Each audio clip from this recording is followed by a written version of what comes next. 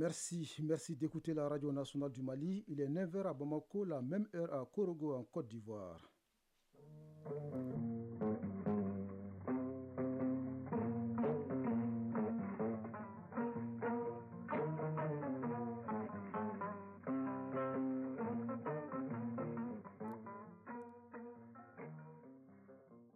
Le journal Bourama Traoré. Les titres.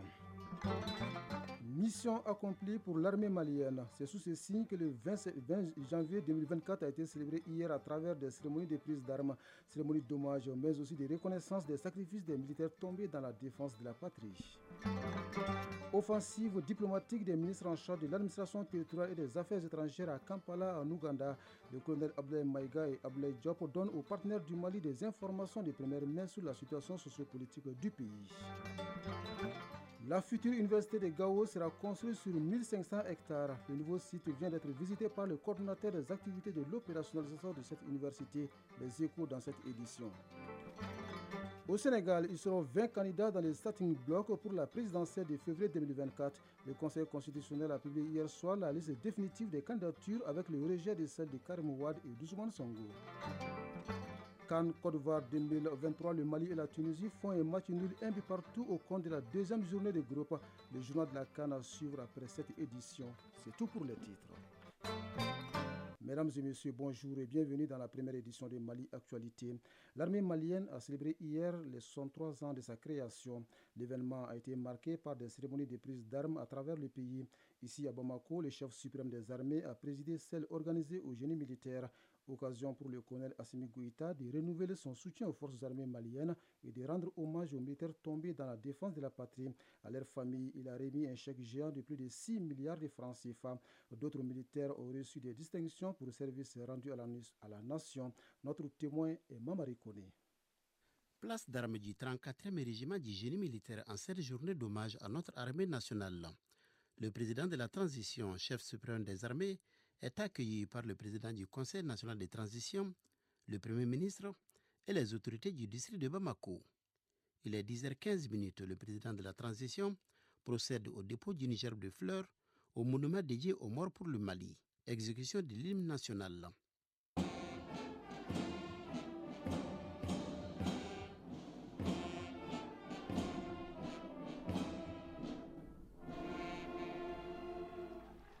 Il passe ensuite en revue les différentes troupes. Le colonel Assimi Goïta place cette célébration sous le signe d'une mission accomplie avec en ligne de mire le dialogue intermalien. Nous plaçons la commémoration des 63 ans de notre armée sous le signe d'une mission accomplie, celle de la reconquête de l'intégrité territoriale du pays et du plein exercice de sa souveraineté sur l'ensemble du territoire national.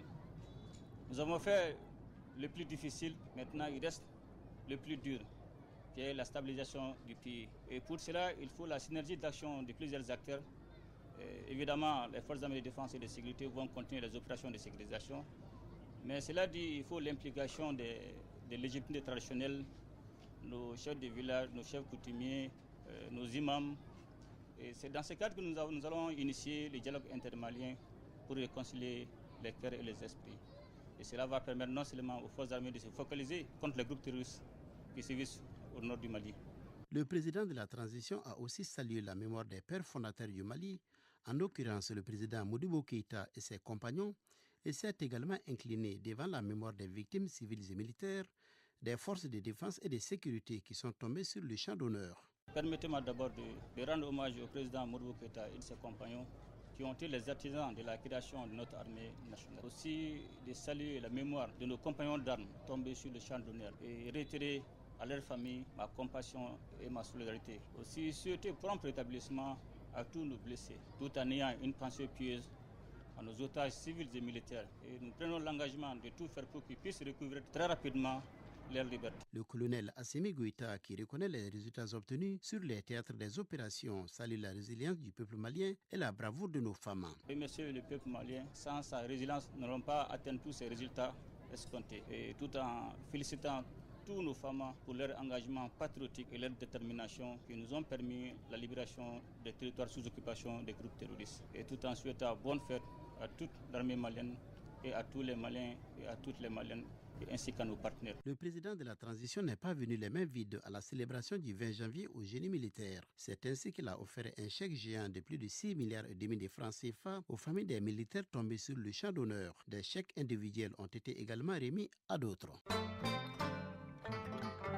Offensive diplomatique de la délégation malienne à Kampala, en Ouganda, en marge du 19e sommet des non-alignés. Le ministre d'État en charge de l'administration territoriale et son collègue des affaires étrangères ont rencontré les délégations de la Fédération de Russie, de la Tunisie et du Venezuela. Au cœur des différents échanges, le renforcement des coopérations bilatérales dans les domaines aussi divers que variés, notamment la sécurité, l'économie, la santé ou encore l'agriculture. Les récits de nos envoyés spéciaux à Kampala, Garibou Pérou et Tchadja Kamara. En marge du sommet des non-alignés, le ministre d'État et sa délégation se lancent dans une diplomatie agressive, multipliant les contacts. Il rencontre Sergueï, vice-ministre des Affaires étrangères de la Fédération de Russie. Nos deux États partagent le même point de vue dans le domaine de la coopération. Nous avons eu ce privilège et l'honneur d'avoir un entretien avec cette délégation malienne pour ce sommet des pays non alignés. À mon avis, cette pratique des consultations régulières qui existe entre nos deux pays, entre nos deux capitales, c'est tout à fait logique. C'est quelque chose qui est absolument nécessaire. On a parlé de relations bilatérales, mais on a parlé aussi de la concertation et coordination politique pour ce qui concerne, encore une fois, les questions de la politique régionale, mais aussi mondiale. Pas de temps mort dans l'agenda de la délégation malienne. Les rencontres bilatérales se poursuivent. Peu avant, le ministre Diop avait rencontré ses homologues de la Tunisie et du Venezuela. Les questions relatives à la santé, à la migration, à la formation ont dominé les échanges. Nabil Amar, ministre des Affaires étrangères de la Tunisie. Nous avons échangé sur nos relations bilatérales anciennes, solides, qu'il faut consolider à travers toutes leurs dimensions.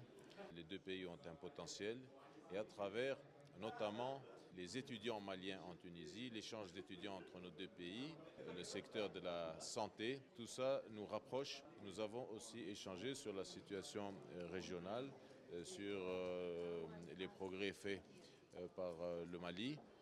Nous avons aussi parlé de la migration, qui est un phénomène normal, mais qu'il faut canaliser. Ivan Hill, ministre de la Population et des Relations extérieures du Venezuela. Au Mali et le Venezuela ont une bonne relation. On a accordé avec M. le ministre de relancer la coopération dans le cadre économique, dans le cadre de coopération politique, dans le cadre de coopération culturelle. Et on aussi a dit au gouvernement du Mali que le Venezuela supporte tous les efforts qui sont faits pour la transition politique au Mali et on va travailler ensemble pour identifier des secteurs importants dans l'énergie, l'agriculture, la santé, la formation des étudiants maliens. Plus audible, le Mali est aujourd'hui loin d'être un simple observateur sur la scène internationale. Il reprend sa place et la nouvelle coopération, si bien en celle, en témoigne la renaissance malienne. Kampala, Garibou Pérou et Tchadja Kamara pour l'ORTM. Nous restons hors du Mali. Au Sénégal, le Conseil constitutionnel valide 20 candidatures pour l'élection présidentielle du 25 février 2024. La liste définitive a été publiée hier soir. Karim Wade n'y figure pas. Sa candidature validée dans un premier temps est finalement rejetée à cause de sa double nationalité. Quant à Ousmane Sonko, il est définitivement écarté de la course. Le nombre de candidats à la présidentielle de février 2024 connaît une forte hausse par rapport à 2019, où il n'était que 5 à avoir passé le contrôle du Conseil constitutionnel. À RDC, le président Félix Tshisekedi a prêté serment hier et juré devant Dieu et la nation congolaise de remplir loyalement les hautes fonctions qui lui sont confiées. Dans son discours d'investiture, il a posé les bases de ses 5 prochaines années à la tête du pays avec 6 engagements, à savoir plus d'emplois, de pouvoir d'achat, de sécurité, de diversification de l'économie, d'accès aux services de base et des services publics. Le président Tshisekedi a aussi tendu la main à l'opposition. Vous avez votre place dans la gouvernance de notre pays, j'y veillerai, a-t-il déclaré. Au Gabon, des hommes armés saccagent le domicile du président de la communauté économique des États de l'Afrique centrale.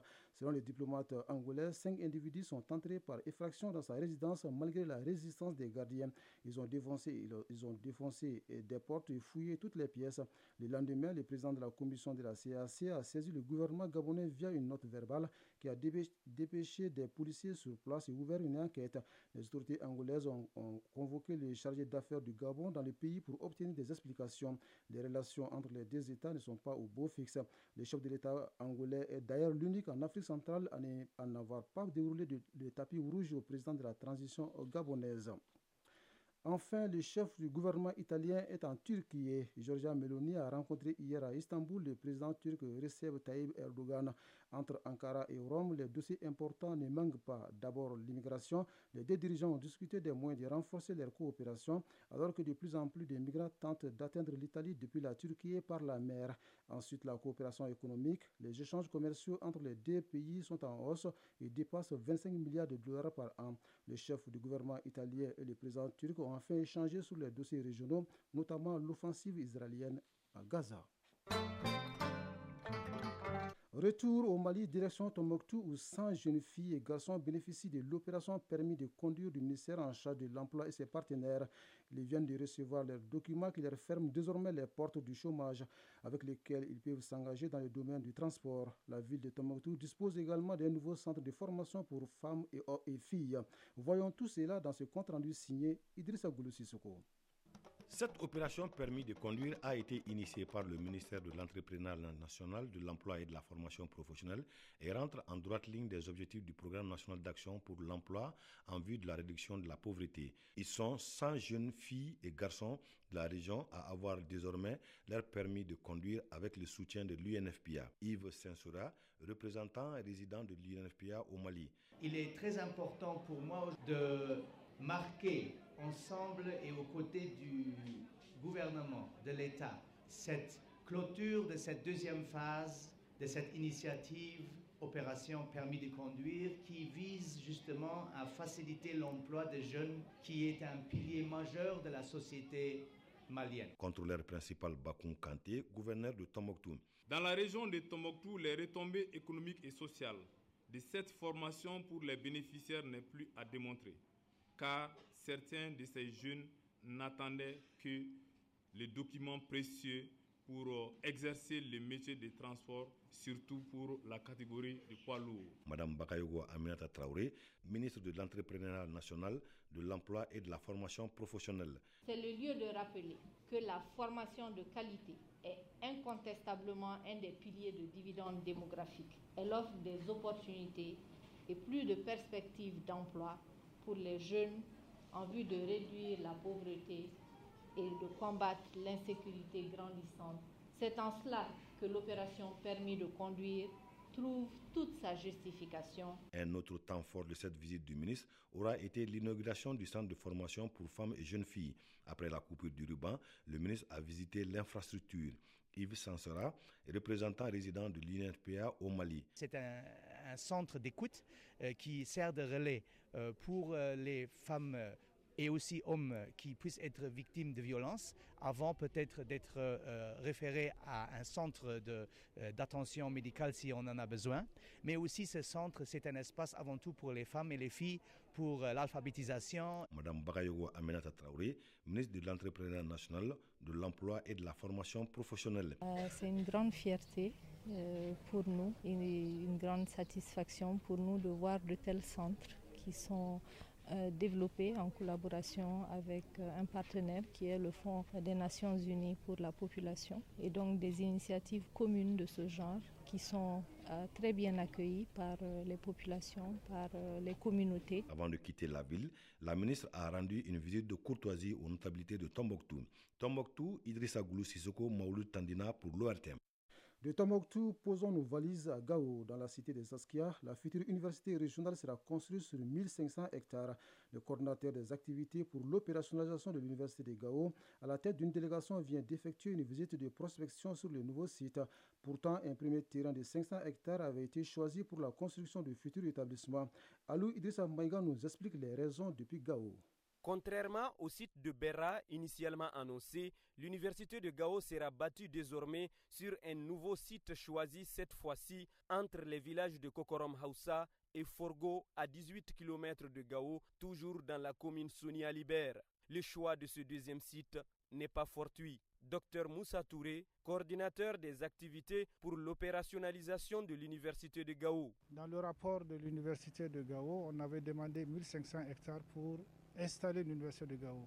Le premier site qui avait été choisi faisait 500 hectares. Donc ça ne suffit pas pour opérationnaliser le site de Gao. C'est pourquoi on a demandé à la commune de nous donner 1500 hectares d'un seul tenant. Et c'est ce qui est fait aujourd'hui. Donc 5 km de longueur qui va du Sescom de Kokorom à Forgo-Sonrail.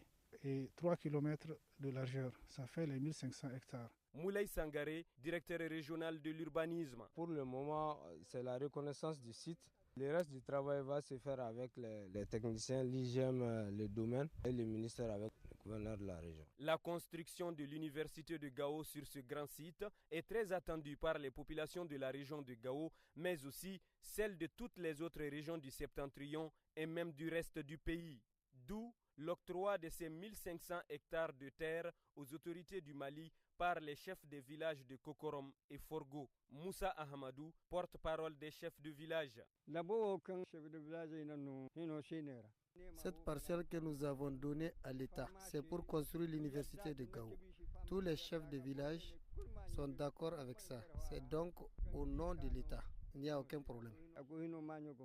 Après la visite de terrain, le coordinateur des activités pour l'opérationnalisation de l'université de Gao et sa délégation ont rencontré les cadres de la région en présence du gouverneur de la région, le général de brigade Moussa Traoré, pour échanger sur le projet afin de dégager ensemble des pistes allant vers sa concrétisation. Gao, Aliou Idrissa Maïga et Al-Hassan Ahmadou pour le RTM. Cette nouvelle sportive avant de nous séparer, Cannes Côte d'Ivoire 2023, au compte de la deuxième journée, le Mali et la Tunisie se sont séparés hier par un score identique, 1 but partout à Korogo. À Bouaké, l'Angola a battu la Mauritanie 3-2. L'Algérie et le Burkina Faso ont fait également un match nul, 2 buts partout. Retrouvez tout à l'heure Famourou Djourté pour le journal de la Cannes. C'est donc la fin de cette édition qui porte la signature d'un trio Traoré. À la mise en ligne, Sekou Traoré aux manettes, Bintou Traoré devant ses micros, Bourama Traoré. Le prochain rendez-vous avec l'information, c'est dans moins de 4 heures pour les 13h dimanche. Merci à vous de nous avoir suivis et passez d'excellents moments de radio en notre compagnie.